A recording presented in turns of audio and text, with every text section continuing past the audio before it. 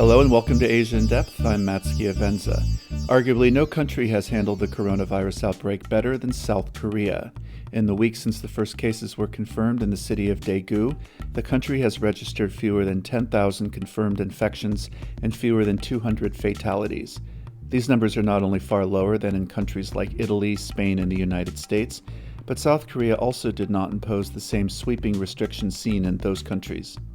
How did South Korea manage to flatten the curve? And what can the rest of the world learn from its example? In this episode, two South Korea-based friends of Asia Society, journalist Jeongmin Kim and writer and historian John Delury, address these questions and more in a video call with our Executive Vice President Tom Nagorski. So first, I want to ask both of our guests, Jeongmin, why don't I start with you?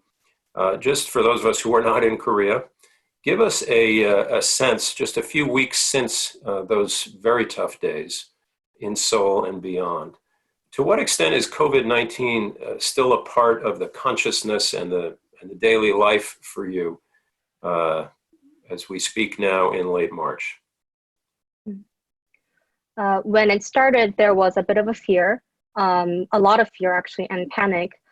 But right now, after KCDC flattened the curve, and we are getting all these emergency alerts whenever we are living near a confirmed case, people are feeling a little bit more comfortable with going out wearing masks, although people are refraining from going to public gatherings, public places, restaurants.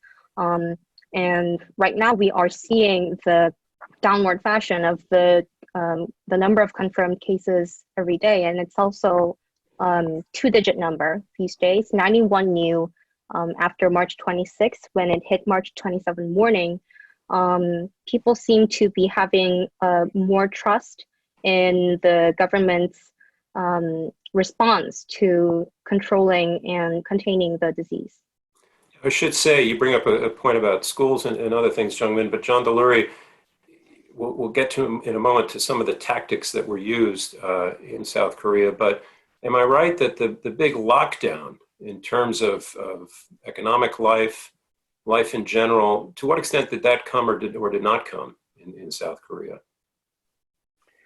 Yeah, well, I don't think it would be appropriate to describe South Korea as ever being in a situation of lockdown. You know, I'm from Northern California and constantly in touch, certainly with my mom and stepdad and family and friends. And as you know, they actually a little, I think, before New York, were in shelter-in-place orders, you know, and we didn't really have that level of restriction, or certainly if you look at Wuhan and Hubei and other parts of China, you know, quite draconian measures to stop people from going out with police enforcement.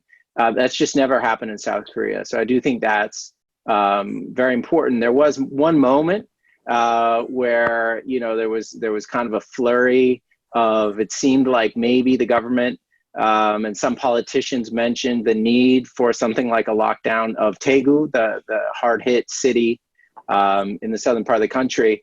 And, you know, you see how democracy works. There was immediate blowback in the media among the political opposition that said, we are not locking down Daegu.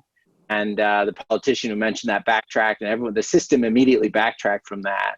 And South Korea has managed to get through this certainly put out a wildfire of a massive infection cluster, to do it without a lockdown. I think that's fair to say. So it's really interesting in many ways, because here, of course, same debates. I'm sure they have existed in some fashion in every place that's been touched by COVID. But I was going to wait to get to this, but let's help the audience a little bit, for those who are not familiar with the geography and the source of this first outbreak. So Daegu, and in particular a religious community there, and Jeongmin, maybe you can speak for a moment about that community. But it seemed that at a moment when there were only, I think, a handful, 10 or 11 or 12 confirmed cases, a huge testing protocol went into place, testing kits produced.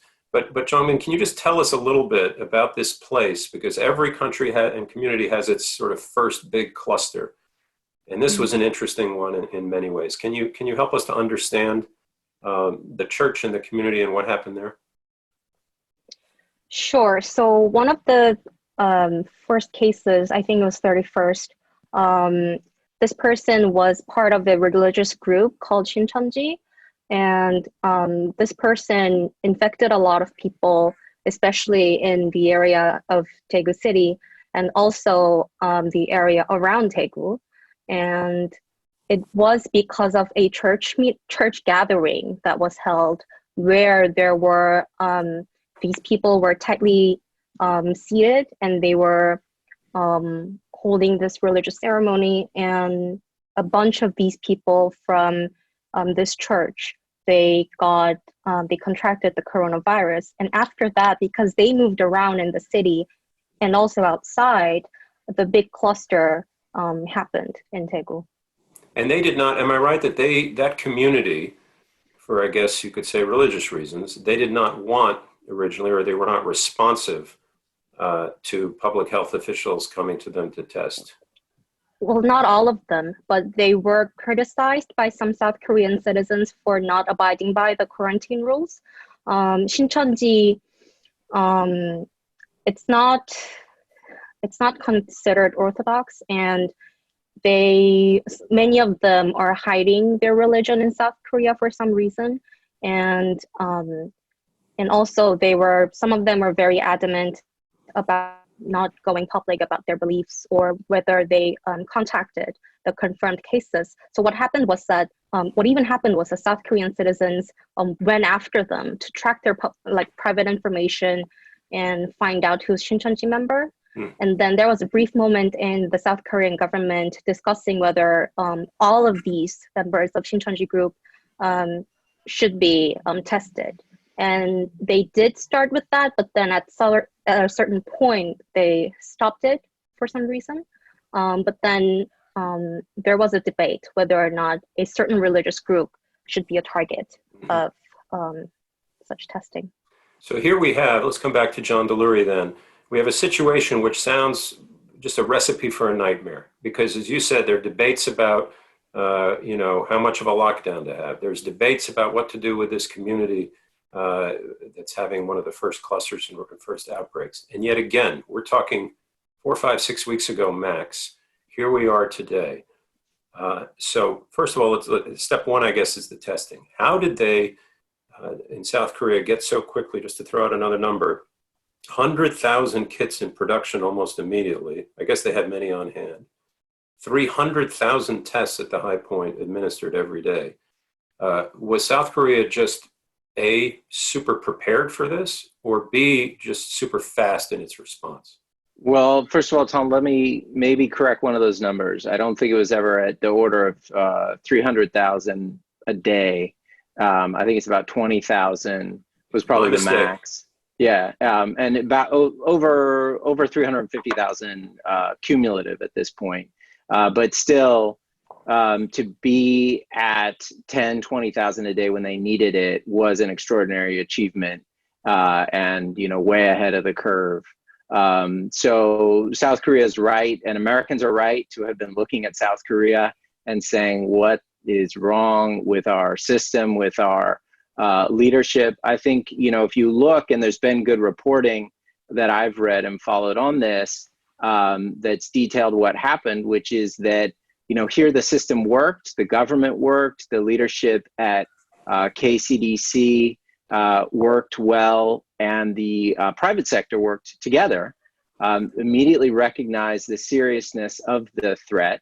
It could be the fact that China's next door, and when China coughs, we feel it, and so maybe just the geography, there was no sense of false security that Americans or Europeans may have felt.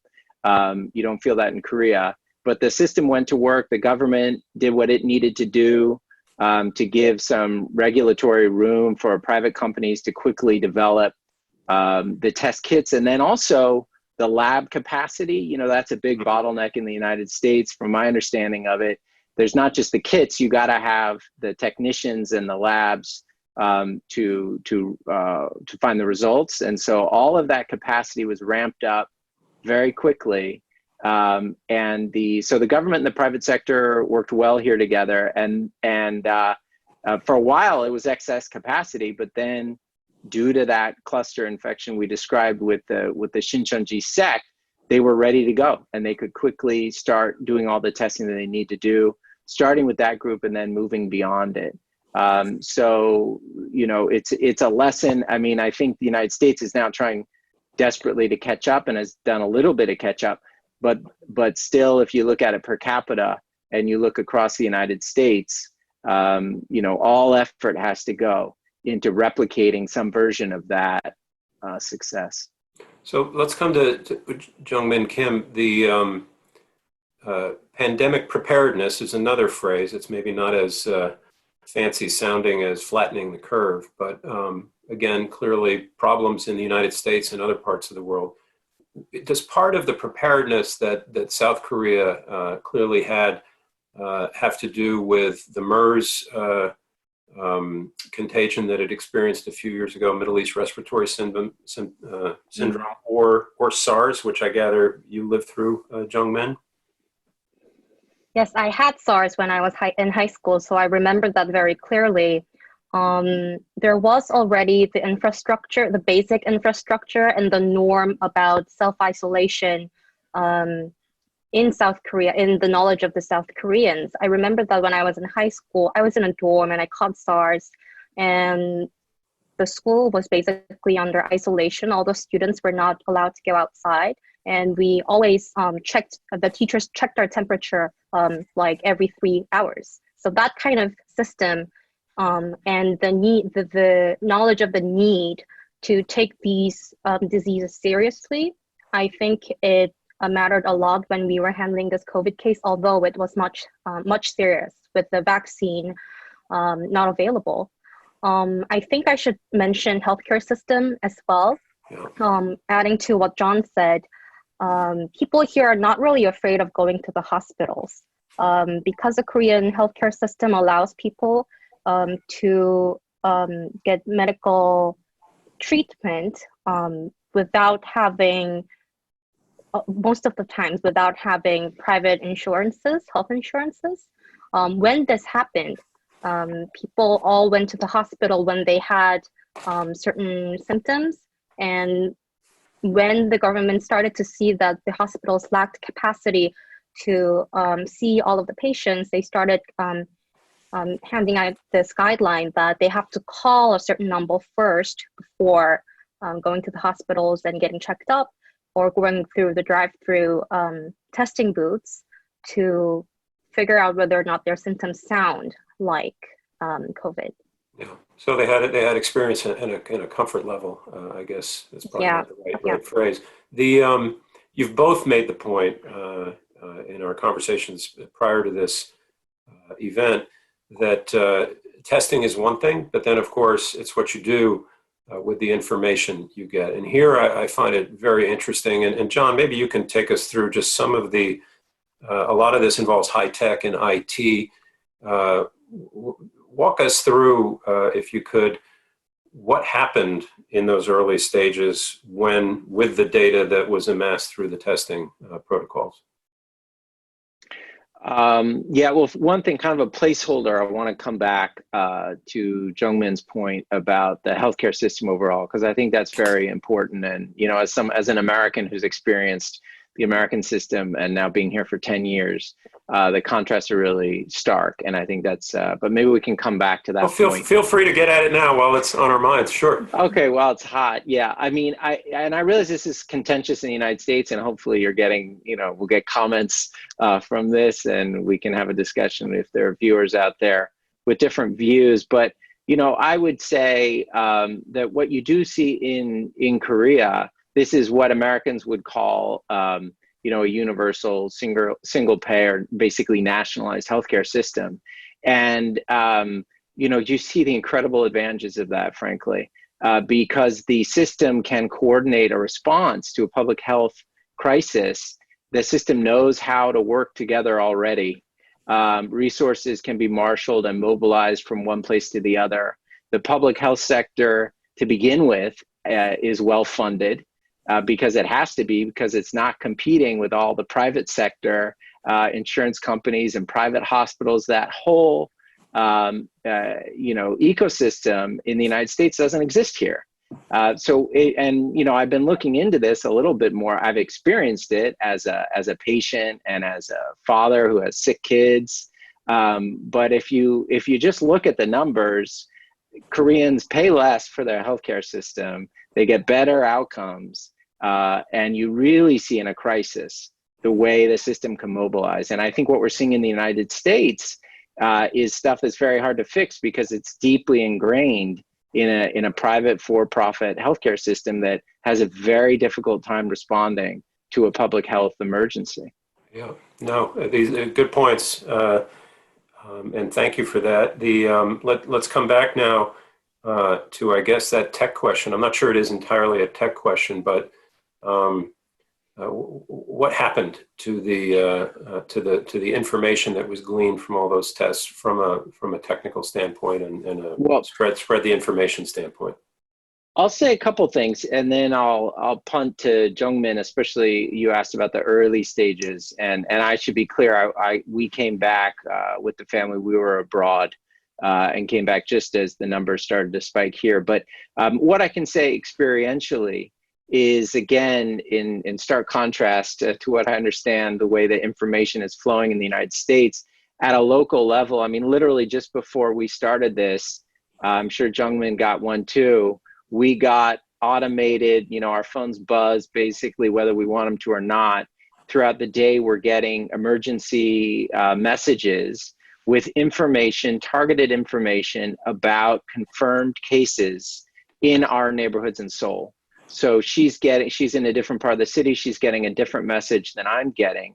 We'll get some general messages to everyone, reinforcing the importance of social distancing, for example.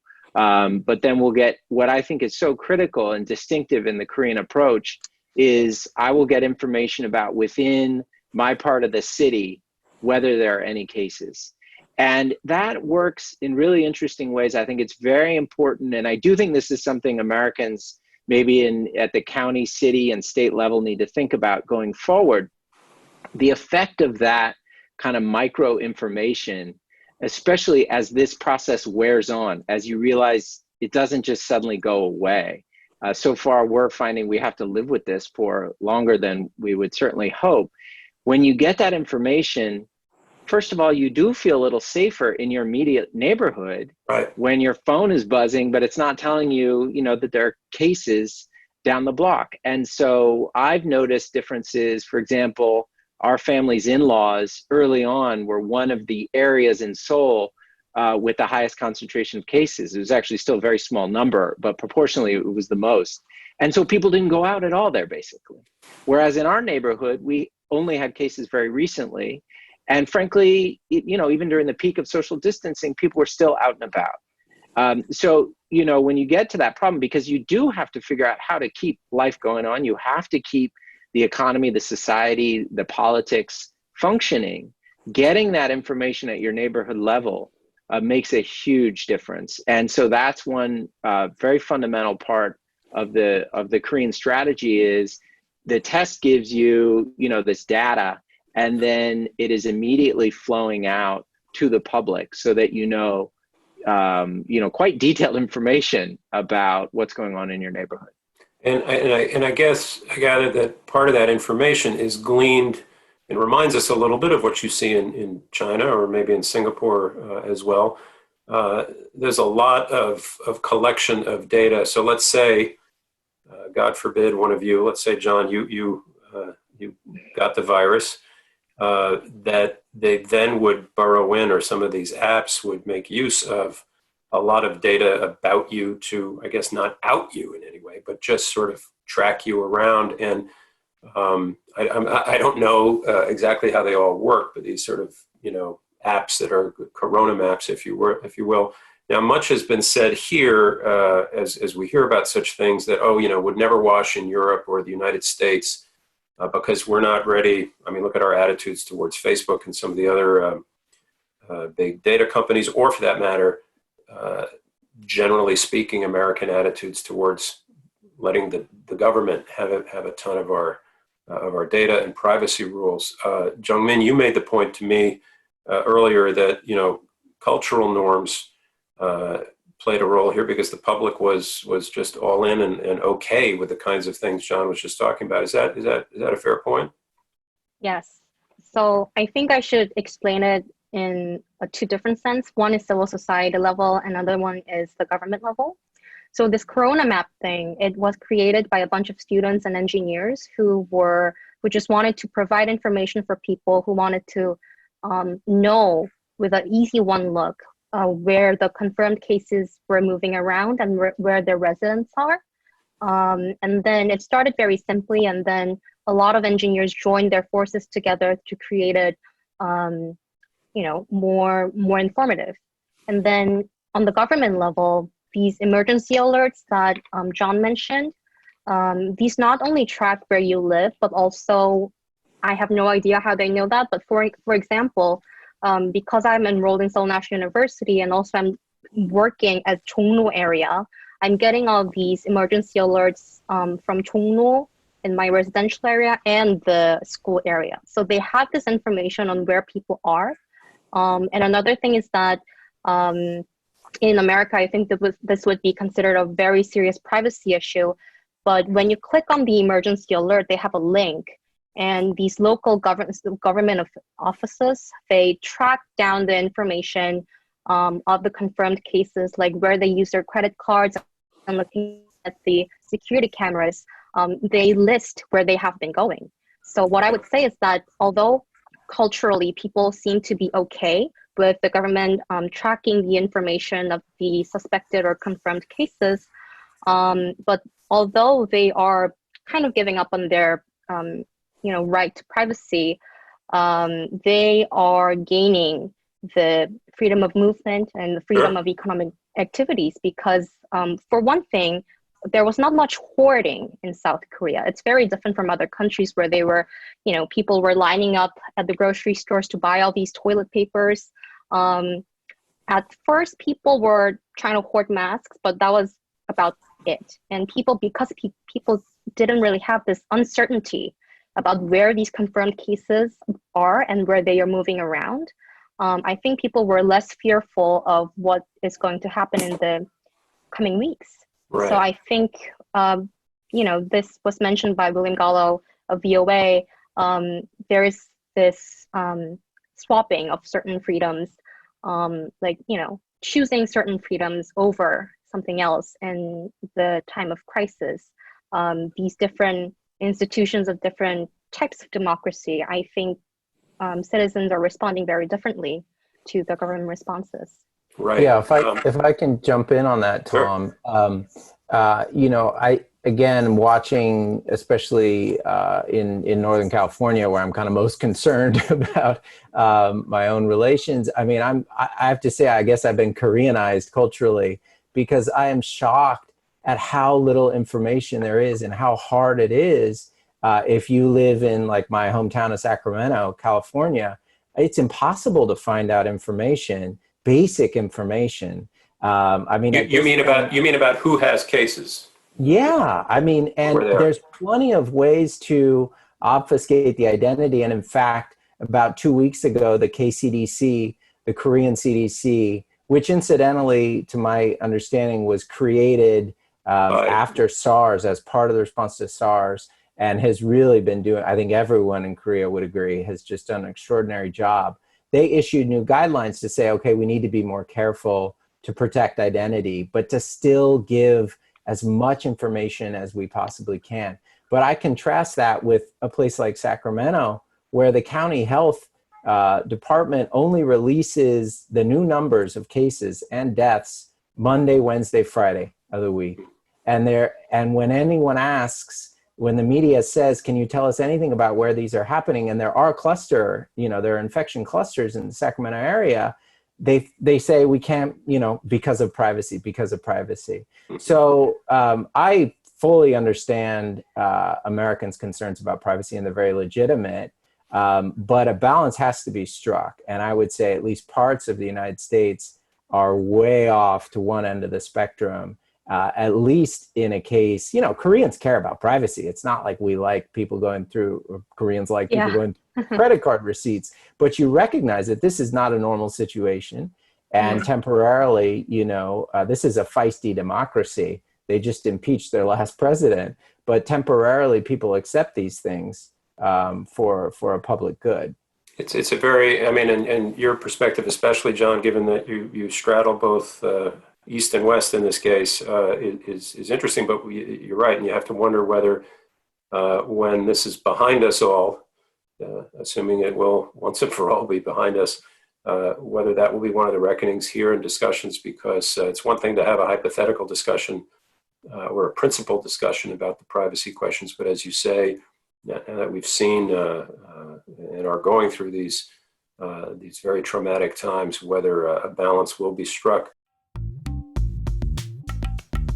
We're going to take a short break here to direct your attention to the Asia Game Changer Awards West Virtual Gala. The awards will celebrate 4 remarkable honorees, including Eric Yuan, CEO and founder of Zoom Video Communications, the entrepreneurs Nanshi Liu and Rupam Sharma, and the contemporary artist Yang Yongliang. The gala will be held on Tuesday, April 7th from 5 to 7 p.m. San Francisco time. To learn more and register, go to asiasociety.org/northern-california. That's asiasociety.org/northern-california. And now let's get back to Jeongmin Kim, John Delury, and Tom Nagorski. I do want to, we're all, I'm probably the most guilty referring to the South Korean situation in the past tense here. And we have a question from a viewer on YouTube that maybe would be a bit of a corrective. Marian Fila asks, I've heard many people no longer practice social distancing and that there is an expectation of life coming slowly back to normal in Korea in April. Do you think testing will be enough to prevent a second wave? Either one of you want to, I mean, is this in the rearview mirror in South Korea just yet? I would say, may I? Sure. Yes, I would say it's a third wave because there was the first imported case and then the second Daegu one. And the third one right now that people are most concerned about and the government is most concerned about is the additional imported cases from the United States and also Europe, where all these mostly the students who were studying in places abroad, they are coming back to Korea. And I think the question from the viewer comes from the recent incident where this student who was studying in America came back to Korea and wasn't really fully abiding by the social distancing rule and walking around Jeju and all that. And it seemed that she was infected and she infected a lot of other people. But when it comes to social distancing, at the first, with the first question, Tom, you asked us like how much this is our life now. I think people, although people are wearing masks and going out to see the cherry blossoms and everything, people are still very aware that they have to stay away at least like 2 meters from each other and that they have to wear masks and they have to carry sanitizers. And the government is constantly saying at least until April 6th, April 5th, people have to, the companies have to abide by the government recommendation that if ever it's possible, people should be working remotely or taking a leave of absence from time to time in order to continue the social distancing. So I wouldn't say that social distancing is gone. It's still there. Mm-hmm. Yeah, let me jump in on that. Hello to Marian, and that's a very good question. And to build on what Jeongmin said, I'm this issue. We are not epidemiologists here, but one thing that is striking about the Korean data, which is very easy to find on the KCDC website, and experts have noticed this, is a very high percentage. It's been hovering 25 to 30% of the cases have been people in their 20s. And there was, because this Shincheonji sect is disproportionately, we think, women in their 20s, so that may have skewed the data a little bit, but it seems to be still holding at a very high level, even as it's gone beyond that sect. I think we all know Anna Fifield. I just saw some data she posted from New Zealand. There's a much smaller sample, but also shows a lot of cases in the 20s. And so this goes to Jeongmin's point. I mean, as a university professor, I'm ready to teach online as long as we need to. As the father of 3 kids under 12, I'm eager for elementary schools to resume as soon as it's safe. Yeah, why are they not walking behind you there, John? Have you Yeah, ordered them away somewhere? well, they'll pop up eventually. But no, in seriousness, these are big, tricky problems, right? About, especially as this goes on. And I know my friends in the United States, everyone is struggling with this question of schools. But I do think, since there's some indication that you have a lot of carriers in the 20s, and Jeongmin's talked about this with some examples. As she points out, this is the big problem right now, is return students who are coming from essentially hotspots. I'm especially worried about the United States. Yeah. I think at this point, I may be overly optimistic. The prime minister, who's kind of the Pence role as kind of heading this charge, he actually came out today and he reminded people, don't get complacent about this. Because actually, I would say in our neighborhood, I could feel it was a lot looser today. It was really nice weather. And the numbers, as you said, Tom, have been kind of going down and down. And it's human nature. You just start, coming out of the woodwork. Yeah. So, back to the question, no, it's not over. It still casts a shadow on everything. We still need to be very careful. Again, for example, with resuming classes, but also just young people are together and there's risk of more clusters. So there's still a great deal of vigilance. At the same time, it's very hard to manage this, and I think this is one thing we are a little bit, Jeongmin and I, speaking from the future to some communities in the United States. There's like New York right now is in a very different place. You guys are dealing with the really frightening part of the brunt of it. But New York later and other communities in the United States, you have to manage sort of the sustainability of living with this for weeks and maybe months. And that raises a whole set of issues that, that we're grappling with still, definitely in Korea, not over. So I'm mindful of the time. We want to get to the COVID situation in North Korea. But before I do, there is an interesting question from online here about U.S. troops in South Korea. And one forgets, well, you guys don't forget, and at the Asia Society we don't forget, but there are roughly 30,000 American forces stationed in South Korea. And in a way, because it came to South Korea early, this was really the first large-scale population of Americans, and they are, set off in Seoul from the rest of the community. But do either of you have any intel on how they have coped as in facing COVID? Well, I'll jump in. I mean, it was really interesting to watch through actually their social media. They led the charge, and they have, actually there's not much US military presence now in Seoul, but there's a huge base where they've kind of consolidated in the city of Pyeongtaek in sort of central Korea. But there's an active base in Daegu in the hard-hit area, and they did have cases there. And I think now they're getting some cases at the main base as well, Camp Humphreys. So, but what I would say overall is USFK, U.S. Forces Korea, the first large community of Americans who were facing the brunt of COVID-19. And they did, I think, a very impressive job. And their commander, General Abrams, was constantly messaging vigilance, close coordination with South Korea, with the KCDC, working very well together.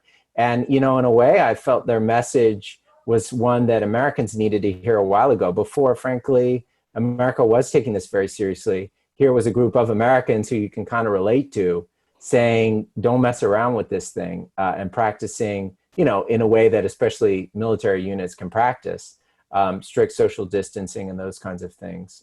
So yeah, it's been interesting to watch, but I think they're still struggling with it. I mean, in just following the reports, there's still cases popping up of USFK soldiers, or there's a large, probably twice that number twice the 30,000 number of dependents and employees that are kind of the larger USFK community.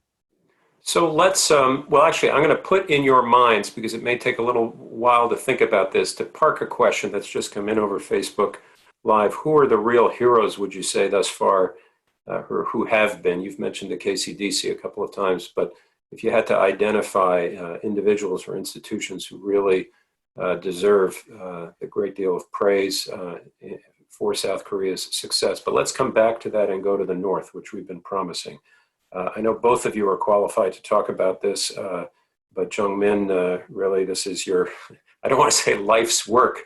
You're one of that small community who try to divine what's going on up there. And it's never easy, no matter what we're talking about. But you talk about different responses globally, government to government, to the coronavirus. And not surprisingly, North Korea will probably not behave like most, if not any other nation. All we really know, I guess, is that they have not reported a single case of COVID-19. And there have been, interestingly, requests, I don't know if it's come from Kim Jong-un himself or from his government, requests this week for aid and assistance. Why don't you read some tea leaves for us, Jeongmin? What can you tell us about what you think is going on in North Korea as far as the virus goes? Well, technically, I would say that, well, at least North Korea said that Trump suggested that he would have cooperation with Kim Jong-un regarding the quarantine measures. Overall, right now, North Korea's main line of strategy is border shutdown. A lot of media outlets use this term hermit kingdom, and they are more of a hermit kingdom, like more than ever, I would say that. And there were other diseases before, but then this time the quarantine measures are very unprecedentedly strict. They continue to claim that there's no cases of COVID-19, and recently the Ministry of Foreign Affairs, it called North Korea a clean land and, boasted of it. About what's going on the ground, I would have to say that this is not based on what we are hearing from the people on the ground, but these are what's available in the open source, according to their newspapers and the state media. They say that over 380 foreigners were quarantined, but right now it seems that they have become a little bit more confident about their measures, so only one foreigner is under isolation. And there were these bits and bobs of how many people were quarantined in the provinces in North Korea, and my math was that it's somewhere near 10,000 were under isolation and what they call medical observation. But as of this morning, they said that only 2,000 plus people were isolated nationwide. The main line of propaganda North Korea is pushing right now is that they are implementing national emergency quarantine system that started on January 30th, and they put up this emergency quarantine command as well. And after Kim Jong-un held this really powerful Politburo meeting, they started using this term super special quarantine measures. And the daily sections, people ask me if North Koreans are being informed about what's going on in the world. And I would say yes. Although it's the North Korean version, the daily section of KCTV, which is state television, and Rodong Sinmun, they have been for weeks dedicating a certain section for informing the WHO guidelines and how many people were infected in South Korea and China and whatnot. And they continue to claim that prevention measure is like a national survival. And also domestic quarantine measures are very, very strong. It seems that they're taking it very seriously. With the foreign embassy staff and diplomats, they were under a very strict 1 month plus quarantine. And one of the Russian diplomats said that it was basically like a house arrest.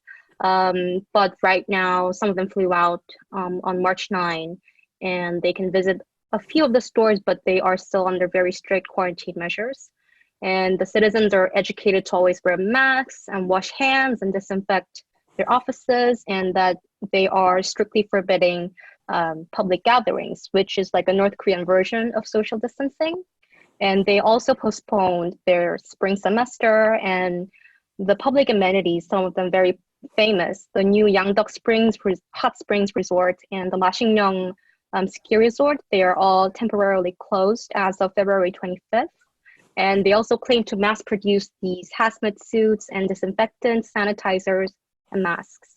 And they suspended tourism, and the flights and trains to China and Russia, they're all suspended. And they are also having this really strict 10-day rule for all the imported cargoes, and that they can't really touch them until 10 days has passed.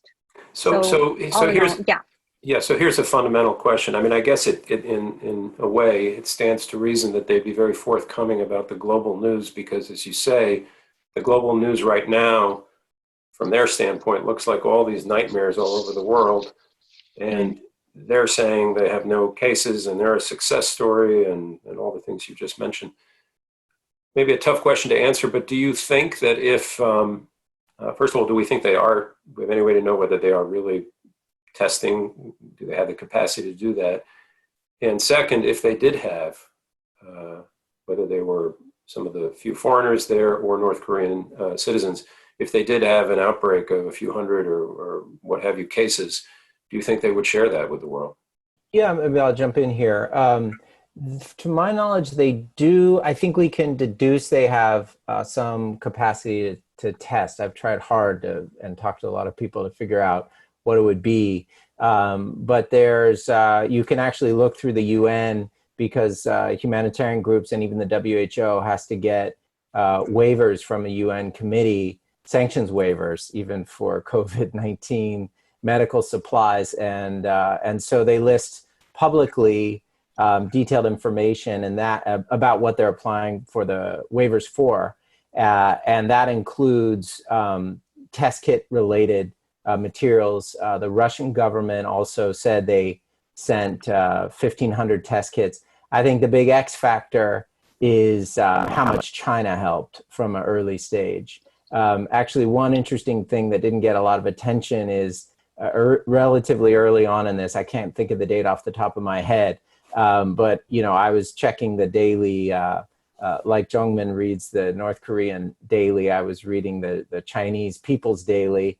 And there on the front page of the People's Daily was sort of a thank you note from Xi Jinping to Kim Jong-un for his support. And the North Koreans put this message out as well, including aid, that North Korea was giving aid.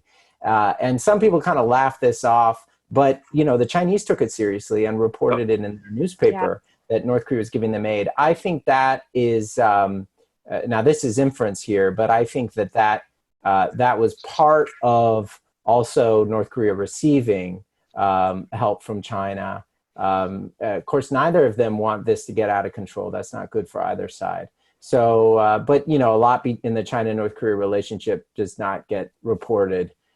So I think I have a slightly, I don't know if I disagree with Jeongmin, that was an incredibly thorough account. You know, I've thought a lot about the North Korean situation, and I would just add to your question, Tom, one thing we saw about Kim Jong-un very early on that sort of surprised observers is the way he acknowledged failures. You know, the classic example was the first big satellite test that puttered out, and everyone was ready for him to say, oh no, it was a great success. And he had the announcer say, okay, it failed, we'll try again. And they tried again in December and it succeeded. And he's done that many times. It's kind of a trademark that actually he's more forthcoming, also more quickly forthcoming about failures, about things going wrong. Actually, it happened with Hanoi. You know, he didn't pretend that Hanoi was this great success. He came out and explained to the people why it was a failure. So also, I was in Vietnam, I'll try to make this quick, but in the early stages of this, and I don't want to overdo, Vietnam and North Korea are extremely different.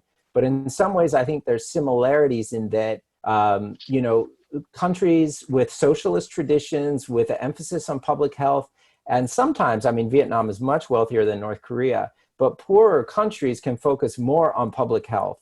You know, they don't do our high-end catering to individual care.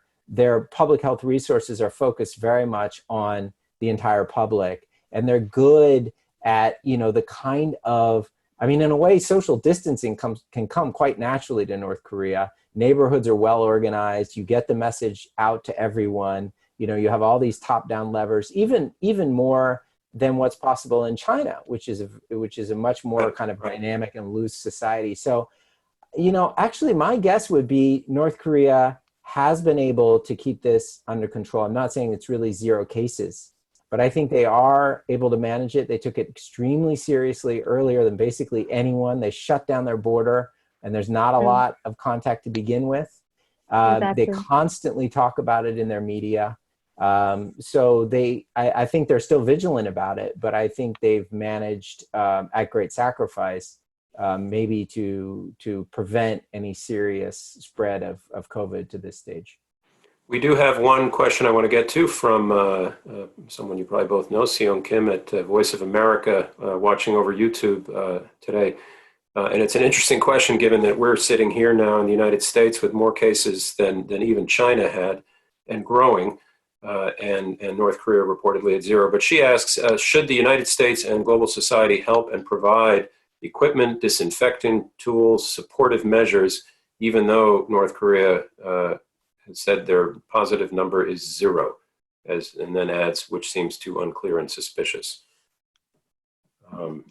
You've mentioned that North Koreans are offering help to others, but should the United States help if asked, and in what fashion? It seems, as I say, an odd thing to be considering right now, but either one of you want to take that? It's a good question. Go ahead, Jeongmin. You start, John. No, it's good.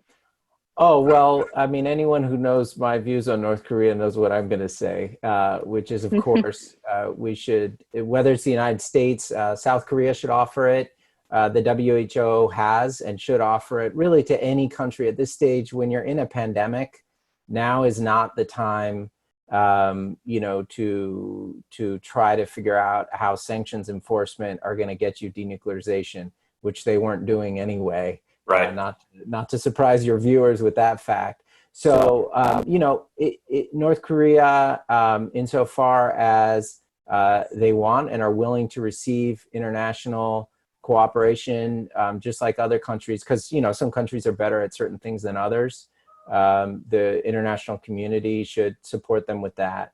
That seems just kind of basic common sense. You know, I've argued that I don't think they have a major outbreak. That doesn't mean they couldn't.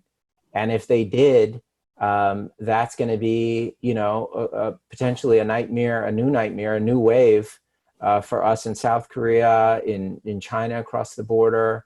So it's not that hard to make a common good argument that when you're in a pandemic, you look for ways to support really all countries in their efforts to manage, to prevent, to contain. That would be my That is certainly, you're not the only one, and we're not the only ones, but that is sort of from the Asia Society playbook at the moment. Our CEO, Josette Sheeran, actually just wrote an editorial the other day on exactly that point, that this is not a time for, this is a time for global collaboration and cooperation and coalitions wherever we can find them. Let's come back then to wrap things. It's been a great discussion. We've covered, you know, the power of testing and preparedness and tracing and IT and the healthcare system and global collaboration. But come back to that interesting question a Facebook viewer had about if you had to single out an individual or an institution that you think really deserves great credit for foresight or for thinking, for any of the things we've discussed in South Korea, who would you single out? Let's start with you, Jeongmin.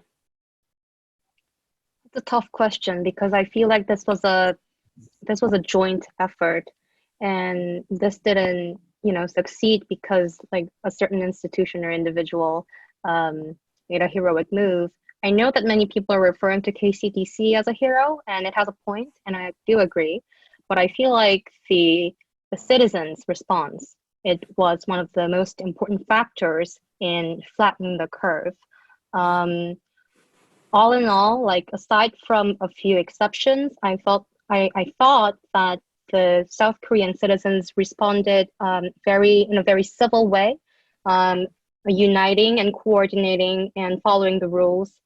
and also joining efforts, their talents in their IT industry or whatever they can do to share information.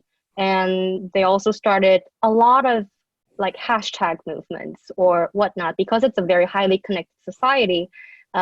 People try to raise awareness on their own. So if I have to choose a hero, I would say, any South Korean citizen who tried to contribute to raising awareness. That's a tough answer to follow, John. I don't want to go Do you have after one? that. That's kind of a perfect answer. Don't make me speak, Tom. I mean, That's okay. I really, you can't improve on that. That's a great answer, and I would agree. I guess we could say it's kind of interesting, and I generally like the President Moon Jae-in, but I would not immediately go to him, and that kind of is interesting. Not that he's made mistakes, but there's been a lot of criticism throughout the process, and sometimes that surprises my American friends who just assume he must be at 90% approval ratings, because most of the coverage, especially now, is quite positive of South Korea. And I've seen his numbers are ticking upwards. And I think generally, especially more recently, people kind of recognize that the government's done a good job and he's done a good job. But, in a way, this kind of goes back to Jeongmin's point. I think one thing that's great about Korea is, even when comparatively speaking, the government is probably doing a really good job, people are pissed off about stuff, so people were mad, and it's in the press. Why didn't we close the border earlier to China? Where are the masks? There's been weeks of, we need 5 billion more masks here, even though, again, compared with the United States, I think there's been a better flow of masks. But even President Moon, who's probably done overall a competent job, is constantly under a healthy amount of criticism from experts, from doctors, from the media, from the opposition. And so it's the other side of these privacy issues. It shows the health of the democracy, and that Korea has an active citizenry who will make, sacrifices, but are vigilant, have a common spirit. You do feel that, and that's quite impressive. So I agree with Jeongmin. Great answer. That'll do it for this week's episode. You can subscribe to this podcast on Apple, Spotify, and YouTube, and check out past episodes on our show page at asiasociety.org/podcast. Meanwhile, we wish you all the best. Stay healthy, stay safe. We're in this together. I'm Matt Schiavenza. See you next time.